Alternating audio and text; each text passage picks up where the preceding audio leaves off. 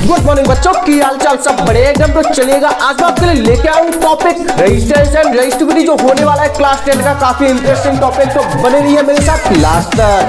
तो चलिएगा शुरू क्या करने वाले हैं आज हम, रेजिस्टेंस एंड रेजिस्टिविटी। काफी भाई टिपिकल टॉपिक, समझ नहीं सकते बच्चे ऐसा कहते हैं, मैं नहीं कहता, क्योंकि आप इस वीडियो पे आओ तो आपको काफी इजी लगेगा। ये सबसे पहले हम क्या पढ़ने वाले हैं आपको पता है, ओम्स लॉ। इसके बिना तो ये काम ही नहीं चलेगा। ठीक है, तो आज हम क्या पढ़ने वाले, ओम्स लॉ। ओम्स लॉ, ओम जय जगदीश हरे। देखो ओम्स लॉ क्या होता है, eight constant temperature, eight constant temperature potential difference, या फिर हाँ electric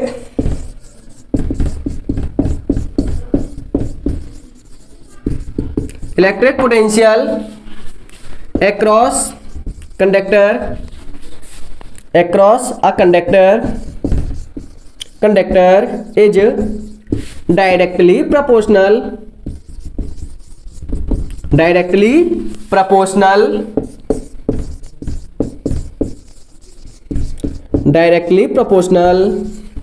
is directly proportional to the current flowing across conductor।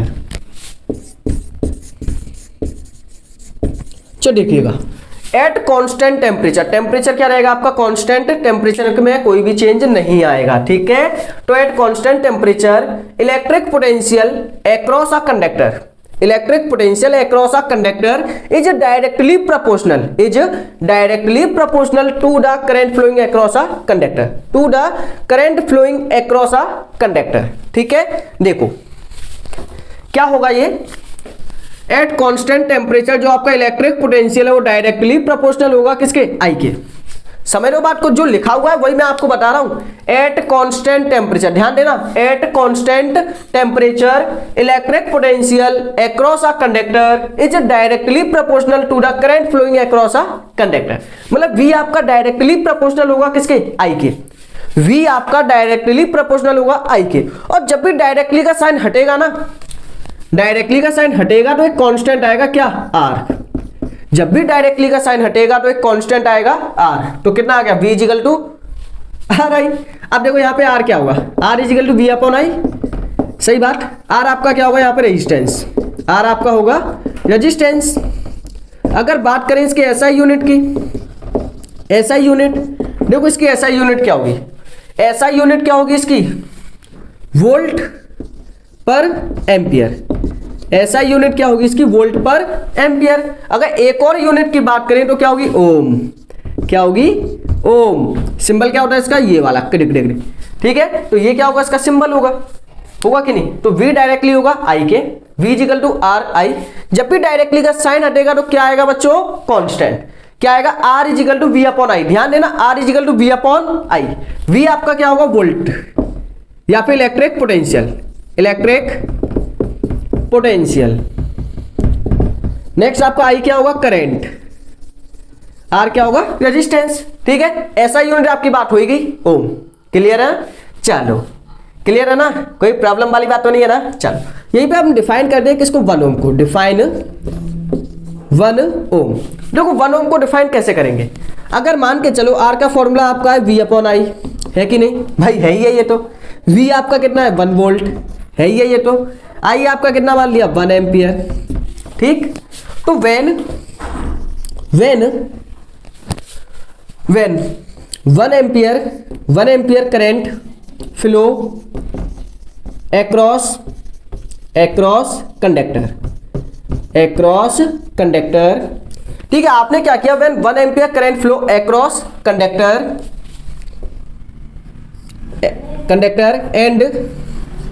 and 1 volt potential is developed, 1 volt potential is developed, then we say that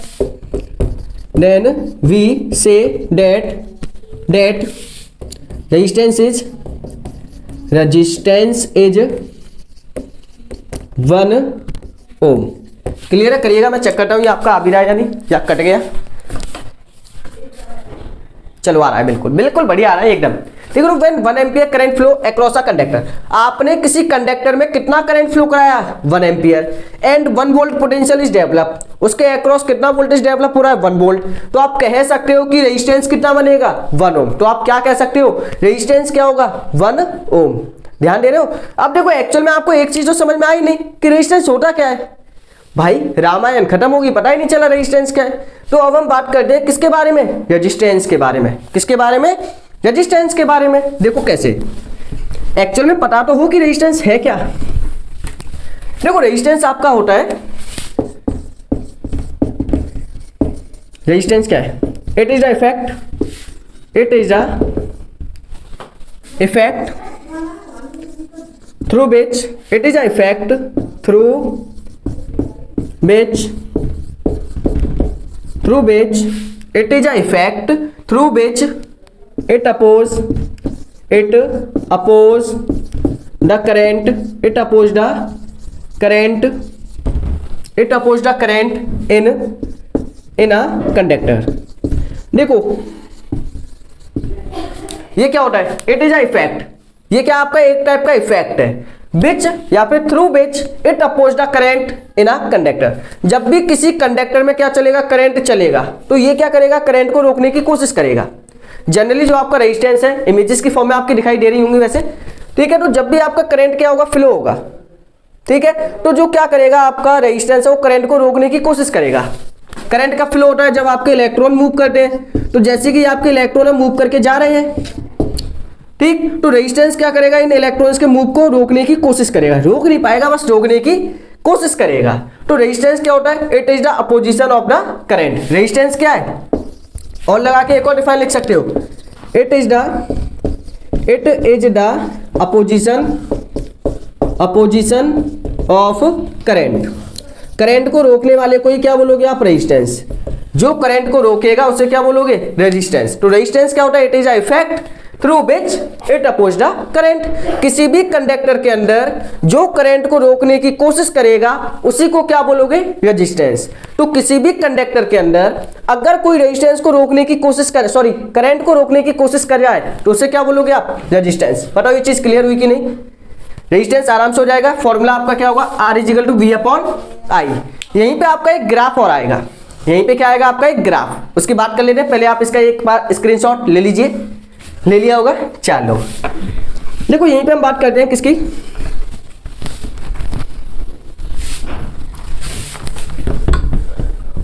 graph की।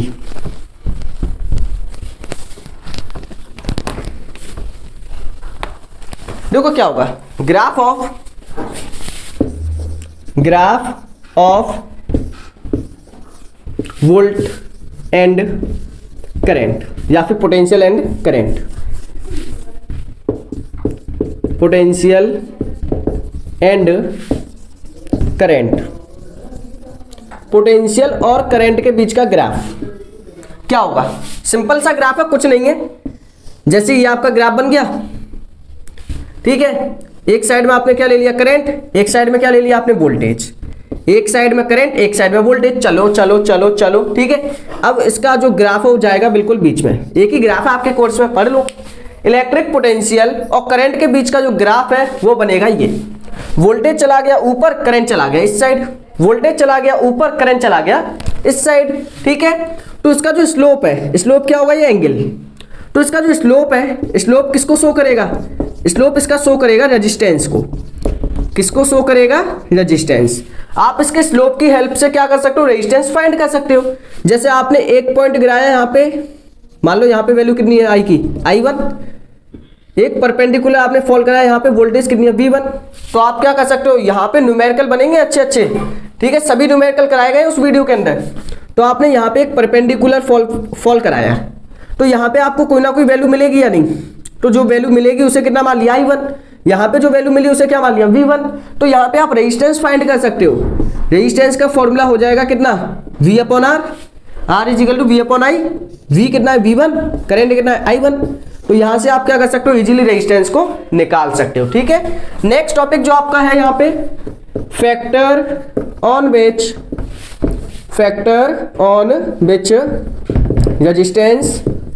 Resistance depend. कौन कौन से factor हैं जिन पे जो आपका रेजिस्टेंस है वो क्या करेगा, डिपेंड करेगा। कौन कौन से फैक्टर हैं जिनके ऊपर जो आपका रेजिस्टेंस है वो क्या करेगा, डिपेंड करेगा। देखो ध्यान से, पहला फैक्टर है आपका nature of material. Nature of material, अगर देखो, अगर आपने देखा होगा जो कॉपर के वायर हैं उनकी, मतलब जो घर में आपके वायर लगाए जाते हैं वो किसके बनाए जाते हैं, कॉपर के। कॉपर के क्यों, क्योंकि कॉपर का रेजिस्टेंस कम होता है इसीलिए, ठीक है। और आपने देखा होगा कि एल्यूमिनियम के हो गए, आयरन के वायर का आप यूज नहीं करते हो या फिर काफी कम यूज करते हो। ऐसा क्यों, क्योंकि जो आपका रेजिस्टेंस है मटेरियल टू मटेरियल क्या करता है, चेंज होता है। जैसे कॉपर का जो रेजिस्टेंस है, कॉपर का रेजिस्टेंस कम होता है। अगर बात करें आयरन का जो रेजिस्टेंस है वो कैसा है, ज्यादा है। तो जो आपका रेजिस्टेंस है वो किस पे डिपेंड करता है, मटेरियल पे, ठीक है। कॉपर का अलग होगा, आयरन का अलग होगा, एल्यूमिनियम का अलग होगा, ठीक है। वो डिपेंड करता है उनकी रेजिस्टिविटी के ऊपर, आगे हम बात करेंगे। Next, resistance depend on temperature. अब देखो टेम्परेचर पे कैसे करेगा, ये बात भी तो पता होनी चाहिए। टेम्परेचर पे कैसे करता है, टेम्परेचर पे जो आपका रेजिस्टेंस है वो डिपेंड करता है डायरेक्टली। कैसे करेगा, टेम्परेचर पे डिपेंड करेगा डायरेक्टली।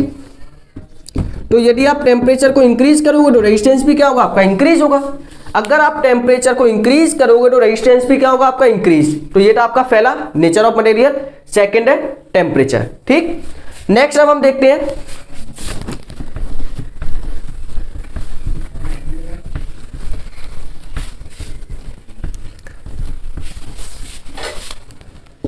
चलो देखिएगा नेक्स्ट जो आपका थर्ड पॉइंट है, ये काफी इंपॉर्टेंट है, ये आपको पढ़ना भी चाहिए।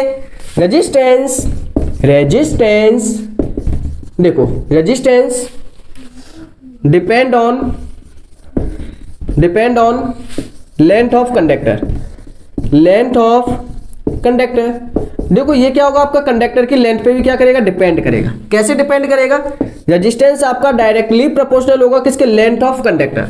देखो वायर यदि बड़ा है तो उसका रेजिस्टेंस ज्यादा होगा, अगर वायर आपका छोटा है तो उसमें रेजिस्टेंस कैसा होगा, कम होगा। जैसे कि देखो, एक वायर आपका छोटा है, एक वायर आपका बड़ा है, तो बताओ इसमें रेजिस्टेंस कैसा होगा, ज्यादा होगा, क्योंकि इसमें रुकावट ज्यादा आएगी।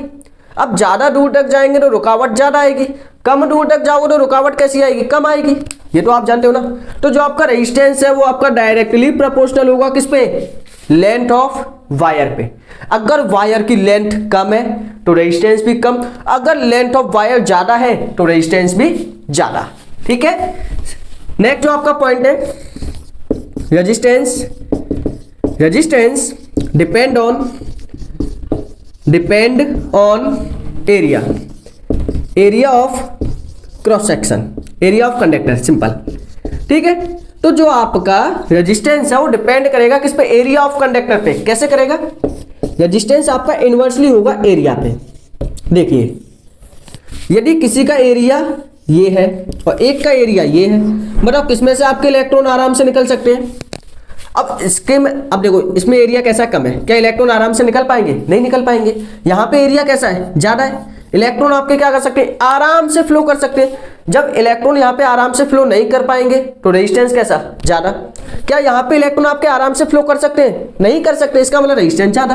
देखो एरिया कम है तो रेजिस्टेंस कैसा है, ज्यादा। एरिया कम, रेजिस्टेंस ज्यादा। यहाँ पे देखो, क्या आपके इलेक्ट्रॉन इजीली फ्लो कर पाएंगे, बिल्कुल कर पाएंगे भाई, आराम से जा पाएंगे। एरिया ज्यादा है, जब एरिया ज्यादा, क्या इनको रुकावट मिलेगी, नहीं मिलेगी। कैसी मिलेगी, बहुत कम। तो रेजिस्टेंस कैसा है, कम।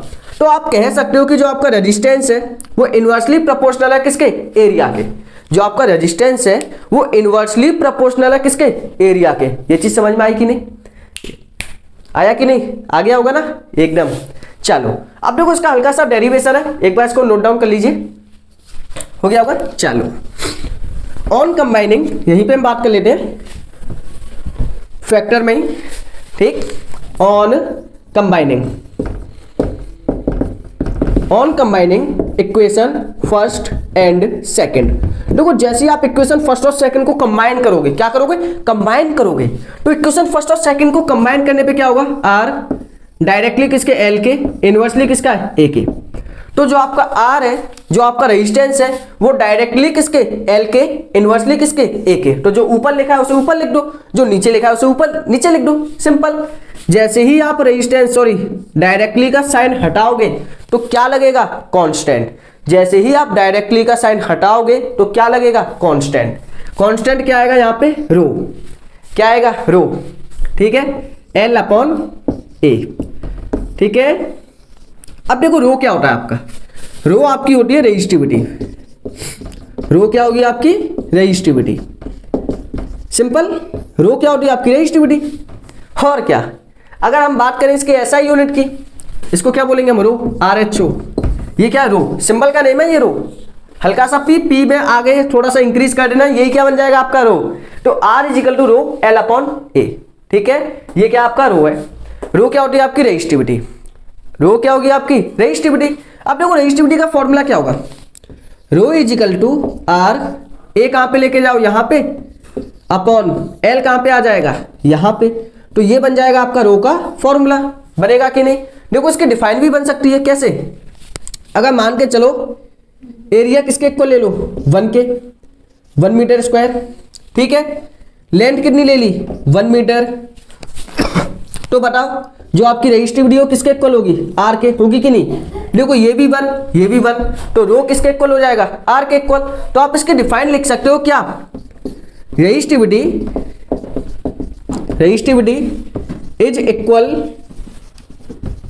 Equal to the resistance. Resistance जो आपकी रेजिस्टिविटी है इक्वल हो सकती है किसके, रेजिस्टेंस के, कब, when area of cross section, when area of cross section is 1 metre square and length of conductor, length of conductor is 1 metre, ठीक है। तो जो आपकी रेजिस्टिविटी है वो इक्वल हो सकती है किसके, रेजिस्टेंस के। ध्यान देना, जो आपकी रेजिस्टिविटी है वो इक्वल हो सकती है किसके, रेजिस्टेंस के। When area of cross section, when area of cross section is 1 metre square and length of conductor is 1 metre. जब आपका एरिया कितना होगा, 1 मीटर स्क्वायर, और जो आपकी लेंथ है वो किसके इक्वल होगी, 1 मीटर के। तो आप कह सकते हो कि जो आपकी रेजिस्टिविटी है वो इक्वल है किसके, रेजिस्टेंस के। बताओ डिफाइन बन पाएगी या नहीं, नोट कर डालो बस कॉपी में, काफी गजब चीजें हैं। लास्ट टॉपिक और करते हैं, उसके बाद आपके जो न्यूमेरिकल है वो भाई कर लेना एक बार, वीडियो काफी शानदार बनाई गई है न्यूमेरिकल की, बार बार कह रहा हूं, बस एक बार जाके देख लो, एकदम मजा आ जाएगा आपको। करो से जल्दी से, हो गया होगा, चलो नेक्स्ट अब बात करते हैं कि जो आपकी रेजिस्टिविटी है वो कौन कौन से फैक्टर पे, या फिर पहले हम बात करते हैं इसकी एसआई यूनिट की। डिफाइन इसकी हो गई, SI unit, SI unit of resistivity, SI unit of resistivity. अब देखो रेजिस्टिविटी की एसआई यूनिट क्या होगी, फॉर्मूला इसका रो आर ए अपॉन एल, यही है ना। देखो एसआई यूनिट, आर क्या है आपका, रेजिस्टेंस, आर क्या है आपका, रेजिस्टेंस, रेजिस्टेंस की एसआई यूनिट ओम, एरिया की क्या होगी, मीटर स्क्वायर, अपॉन एल की क्या होगी, मीटर। 1 मीटर से 1 मीटर कैंसिल, तो उसकी एसआई यूनिट आपकी बनेगी ओम मीटर। क्या बनेगी, ओम मीटर। कर पाओगे या नहीं, हो जाएगा, करो से। नेक्स्ट अब आपका टॉपिक है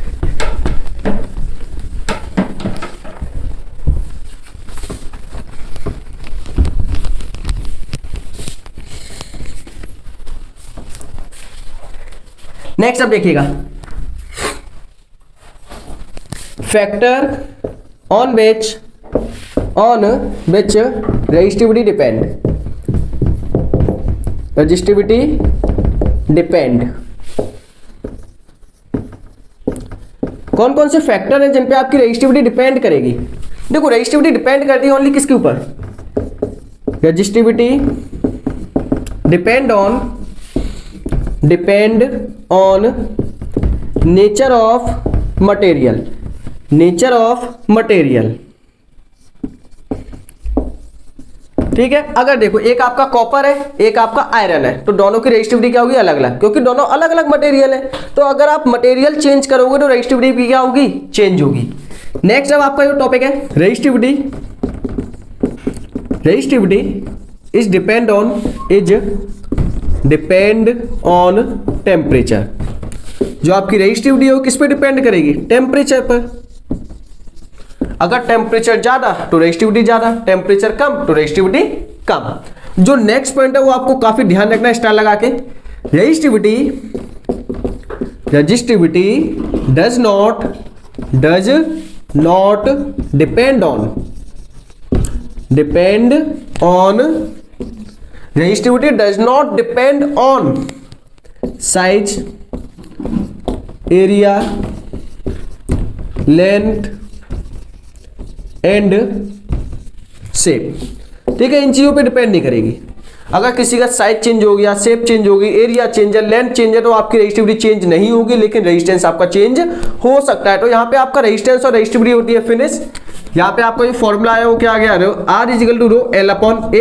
इसके ऊपर यदि आपको काफी अच्छे से न्यूमेरिकल करनी है तो बात। नेक्स्ट अब आपका क्वेश्चन है, क्वेश्चन नंबर 13 के नाम से आ रहा होगा। ग्राफिकल क्वेश्चन है, कुछ देख लो एक बार। देखो इसमें क्या बोला है? 2 student perform an experiment. 2 student है, उन्होंने परफॉर्म किया एक experiment on 2 given register R1 and R2। Plot the following graph. उन्होंने एक ग्राफ भी ड्रॉ किया B और I का। R1 की वैल्यू ज्यादा है, R2 की वैल्यू कम है। मतलब यहाँ पे आपको एक चीज गिवन है, R1 ज्यादा है, R2 कैसा होना चाहिए? कम। तो 2 बच्चों ने ग्राफ ड्रॉ किए। Which of the 2 diagram correct represent. किस डायग्राम में रिप्रेजेंटेशन सही है ये आपको बताना है। देखो पहले डायग्राम में क्या है? आपका V और I का ग्राफ है। यहां पे आपका शो हो रहा है R2, यहां पे आपका शो होगा R1। सेम सेकंड डायग्राम, यहां कहीं पे आपका है R1, यहां कहीं पे आपका है R2। किस डायग्राम में सही है? देखो ये डिपेंड करेगा आपका स्लोप के ऊपर। रेजिस्टेंस किस पे डिपेंड करता है? स्लोप के ऊपर। रेजिस्टेंस किस पे डिपेंड करेगा? स्लोप। जिसका स्लोप ज्यादा, स्लोप क्या होता है आपका? एंगल। स्लोप क्या होगा आपका? एंगल। जिसका एंगल ज्यादा उसका रेजिस्टेंस ज्यादा। किसका रेजिस्टेंस ज्यादा? R1 का। तो चेक करो कि कौन से केस में R1 का एंगल ज्यादा है। देखो यहां पे R2 का एंगल इतना है, R1 का एंगल इतना है। यहां पे R1 का कम है, R2 का ज्यादा है। यही तो है। बताओ किस केस में R1 का एंगल ज्यादा है? रेजिस्टेंस किसका ज्यादा है? R1 का ज्यादा है ना, तो उसका एंगल भी कैसा होना चाहिए? ज्यादा। तो बताओ किस केस में R1 का एंगल ज्यादा है? इसी वाले केस में ना, है कि नहीं? तो बताओ कौन सा डायग्राम सही होगा? फर्स्ट। तो फर्स्ट डायग्राम इज करेक्ट। ये वाला डायग्राम आपका करेक्ट है। क्यों? क्योंकि R1 का जो स्लोप है, R1 slope is more. R1 का जो स्लोप है वो कैसा है? ज्यादा है देन किससे? R2 से। तो R1 का जो स्लोप है वो ज्यादा है किससे? R2 से। इसीलिए ये वाला डायग्राम आपका करेक्ट है, सेकंड वाला डायग्राम आपका रॉन्ग है। हो जाएगा। तो R1 का रेजिस्टेंस ज्यादा था तो इसीलिए इसका स्लोप भी कैसा है? ज्यादा चेक करना है। ठीक है। यहाँ पे R1 का स्लोप कम था तो कम तो नहीं है ना। यहाँ पे कौन सा है? यहाँ पे कंडीशन कौन सी फॉलो होगी? R2 का ज्यादा है तो R2 बड़ा होगा R1 का। यहाँ पे R1 का ज्यादा है तो R1 बड़ा होगा R2 स्मॉल। कौन सा सही है? ये वाला। करो जल्दी से, वीडियो को स्टॉप करके नोट डाउन। काफी अच्छे क्वेश्चन है, सभी कॉपी में कर सकती हो आप।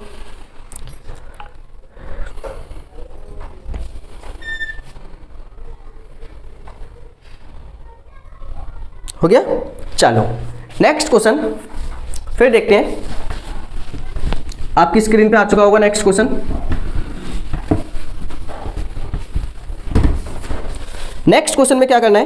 क्वेश्चन नंबर 2 के नाम से आ रहा होगा। Will current flow more easily through a thick wire और thin wire of the same material when connected to the same source. देखो किस वायर में से आपका जो करंट है वो इजीली फ्लो कर पाएगा, थिक वायर में से या फिर थिन वायर में से। देखो रेजिस्टेंस आपका किसके इक्वल है? V अपॉन I के। यही है ना, यही है ना। रेजिस्टेंस किसके directly proportional? V upon I के। आपको ये कंपेयर किससे करना है? थिक और थिन से। देखो ये आपका थिक वायर है, ये वायर आपका कैसा है? थिन है। यही है ना। अब बताओ डिपेंड किस पे कर रहा है? आपके एरिया पे। तो आपको क्या करना है, रेशियो निकालना है या फिर रिलेशन निकालना है किसके बीच का, करंट और एरिया का। देखो कैसे निकालोगे, will current flow more easily, किसमें से करंट आपका इजीली फ्लो हो सकता है। आपने एक रेजिस्टेंस का ये फॉर्मूला है, एक और होता है रेजिस्टेंस का क्या, R is equal to rho L upon A। ठीक है, यदि आप देखो तो यहाँ पे जो आपका करंट है वो एरिया के कैसा है, दोनों नीचे है ना, दोनों ही नीचे है तो दोनों सेम सेम काम कर रहे हैं, मतलब दोनों कैसे हैं, डायरेक्टली। तो जो आपका करंट है वो डायरेक्टली प्रोपोर्शनल होगा किसके, एरिया के, होगा कि नहीं। देखो रेजिस्टेंस का formula V upon I, clear. Resistance का एक और फॉर्मूला होगा rho is equal to L upon A। अब देखो ये भी नीचे आ रहा है, ये भी नीचे आ रहा है, तो दोनों कैसे हैं, डायरेक्टली है ना, दोनों एक जैसा काम कर रहे हैं। जब किसी केस में दोनों एक जैसा काम करते हैं तो उसे क्या बोलते हैं हम, डायरेक्टली प्रोपोर्शनल। तो I आपका डायरेक्टली है किसके, एरिया के। बताओ ये चीज क्लियर कि नहीं, है कि नहीं, बिल्कुल बढ़िया तरीके से एकदम। चलो तो इसमें आपसे पूछा है will current flow more easily, किसमें से वायर, किस वायर में से करंट इजीली फ्लो होगा, जिसका एरिया ज्यादा होगा। बताओ किस वायर का एरिया ज्यादा होगा, थिक वायर का या फिर थिन वायर का, थिक वायर का एरिया ज्यादा होगा। तो यहां पे आपको लिखना है थिक वायर, ठीक है, current flow more easily, current flow more easily. इसमें से जो आपका करंट है वो क्या होगा, आपका इजीली फ्लो कर पाएगा क्योंकि इसका एरिया कैसा है, due to large area, large area, क्योंकि इसका जो एरिया है वो कैसा है आपका, काफी ज्यादा है। ठीक है, इसी कॉन्सेप्ट के ऊपर हम एक क्वेश्चन और ले लेते हैं, काफी अच्छा है, करिएगा इसको नोट डाउन, हो गया होगा। चलो तो इसी कॉन्सेप्ट के ऊपर एक क्वेश्चन और लेते हैं, इसी कॉन्सेप्ट के ऊपर एक क्वेश्चन और लेंगे। देखो अब क्वेश्चन है आपका 24 के नाम से आ रहा होगा। आउट ऑफ टू वायर, दो वायर आपके दिखाई दे रहे हैं, एक आपका X एक आपका Y, which has greater resistance, किसका रेजिस्टेंस ज्यादा है। अगर आप यहां पे एक चीज देखो तो क्या चीज चेंज हो रही है, डायग्राम में देखना, पहले वाली की लेंथ कितनी है, L कम है, दूसरे वाली की लेंथ कैसी है, ज्यादा है, यही है ना, ओनली चेंज क्या हो रहा है, लेंथ। ठीक है, देखो रेजिस्टेंस का फॉर्मूला आपका क्या होता है, रो L अपॉन A। जब हम इसका डेरिवेशन करते हैं तो वहां पे हम एक चीज लिखते हैं क्या, कि जो रेजिस्टेंस है वो डायरेक्टली प्रोपोर्शनल है किसके, लेंथ के, जिसकी लेंथ ज्यादा उसका भी बड़ा नाम है रेजिस्टेंस बढ़ा लो, सही है ना। तो जिसका रेजिस्टेंस ज्यादा उसकी लेंथ भी कैसी होगी, ज्यादा। तो जो आपका रेजिस्टेंस है वो डायरेक्टली प्रोपोर्शनल होगा किसके, लेंथ के। अब बताओ किस वायर की लेंथ ज्यादा है, उसका रेजिस्टेंस भी ज्यादा होगा। किस वायर की लेंथ ज्यादा है, Y की। ठीक है, तो Y has large resistance, large resistance,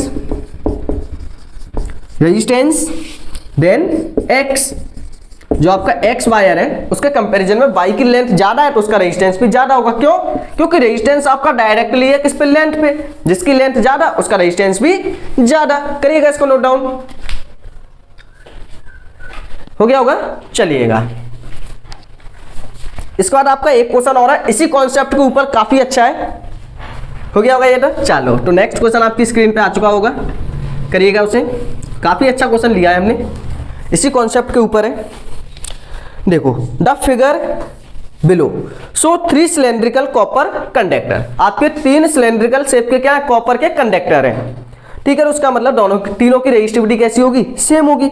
along with their faces area and length, किसी का एरिया डिवाइड हो रहा है, किसी की लेंथ डिवाइड हो रही है। Discuss in which geometrical shape resistance will be highest, किस केस में रेजिस्टेंस आपका सबसे ज्यादा आएगा, किस केस में रेजिस्टेंस सबसे ज्यादा आएगा, ये आपको निकालना है। तो सबसे पहले हम बात करते हैं केस फर्स्ट की, सबसे पहले बात करेंगे केस फर्स्ट की। तो सबसे पहले बात करो केस फर्स्ट की, डायग्राम फर्स्ट को देखना ध्यान से, सही बच्चों का फोकस कहां होना चाहिए, डायग्राम फर्स्ट पे। तो फोकस लगा के रखो डायग्राम फर्स्ट पे। रेजिस्टेंस का formula R is equal to rho L upon A। देखो पहले वाले केस में लेंथ कितनी है, ध्यान से देखिएगा, पहले वाला जो डायग्राम है उसमें लेंथ कितनी है, L के इक्वल है ना, सही है L, एरिया कितना है, एक इक्वल। तो पहले वाले केस का रेजिस्टेंस तो आ गया कितना, रो L अपॉन A। रो किसका है, ये कॉपर का, तो सेम ही रहेगा। ठीक, तो ये तो आ गया केस फर्स्ट। ऐसे आप निकालो केस सेकंड, केस सेकंड में चेक करिएगा, R इजिकल टू फॉर्मूला आपका rho L upon A, R is equal to rho, यही है ना। लेंथ कितनी है 2L, लेंथ कितनी है 2L, एरिया कितना है 2A, एरिया कितना है 2A, 2 से 2 कैंसिल तो कितना आएगा रो L अपॉन A, यही आएगा कि नहीं? बताओ इस बात से आप सेटिस्फाई हो कि नहीं हो ना? चलो यहीं पे देख लो अपना केस थर्ड। केस थर्ड में क्या करना है? Formula R is equal to rho L upon A, R is equal to rho, बताओ केस थर्ड में लेंथ कितनी है? सॉरी बच्चों एक चीज की गड़बड़ हो गई, यहां पे आपका 2L है ना, एरिया आपका हाफ हुआ है, सॉरी बच्चों गलत मत कहना, एरिया क्या हो गया आपका हाफ हो गया है, तो हाफ वाला कहां पे जाएगा आपका ऊपर जाएगा, तो कैंसिल नहीं होगा ये, ठीक है सॉरी बोल दिया ना। तो बताओ एरिया क्या हो गया यहाँ पे हाफ, तो हाफ का मतलब 2 कहां चला गया ऊपर, 2 2 जा कितना आएगा 4, तो आ जाएगा 4 रो L अपॉन A, ठीक है, तो यहाँ पे ये आएगा, क्लियर है। चलो नेक्स्ट वाला जो पार्ट है इसमें आपकी लेंथ कितनी है L अपॉन 2, एरिया कितना है 2A, 2A यही है ना, तो ये सॉल्व करके कितना आएगा 1 upon 4 rho L upon A। बताओ किस केस में रेजिस्टेंस ज्यादा आएगा? इस केस का ज्यादा है क्या? नहीं, यहाँ पे देखो 4 का मल्टीप्लाई हो रहा है और जबकि यहाँ पे 4 का डिवाइड हो रहा है, तो किस केस में आंसर ज्यादा आएगा? थोड़ा सा लॉजिक लगा के देखो, लगाओ लगाओ जल्दी लगाओ, नहीं तो भाग जाएगा कोई आपको लेके, जल्दी लगाओ, बताओ इस केस में ज्यादा आएगा कि नहीं? क्यों? क्योंकि यहाँ पे 4 का मल्टीप्लाई हो रहा है यार, हो रहा है कि नहीं? जब 4 का मल्टीप्लाई है तो इस केस में रेजिस्टेंस सबसे ज्यादा होगा, ठीक। तो यहाँ पे आप लिख सकते हो सेकंड वाले केस में रेजिस्टेंस सबसे ज्यादा, फिर आपका फर्स्ट वाला केस, फिर आपका थर्ड वाला केस रेजिस्टेंस का। करिएगा इस क्वेश्चन को एक बार रिपीट करके देख लेना अगर ना आया हो तो। इसके बाद एक लास्ट क्वेश्चन और लगाते हैं।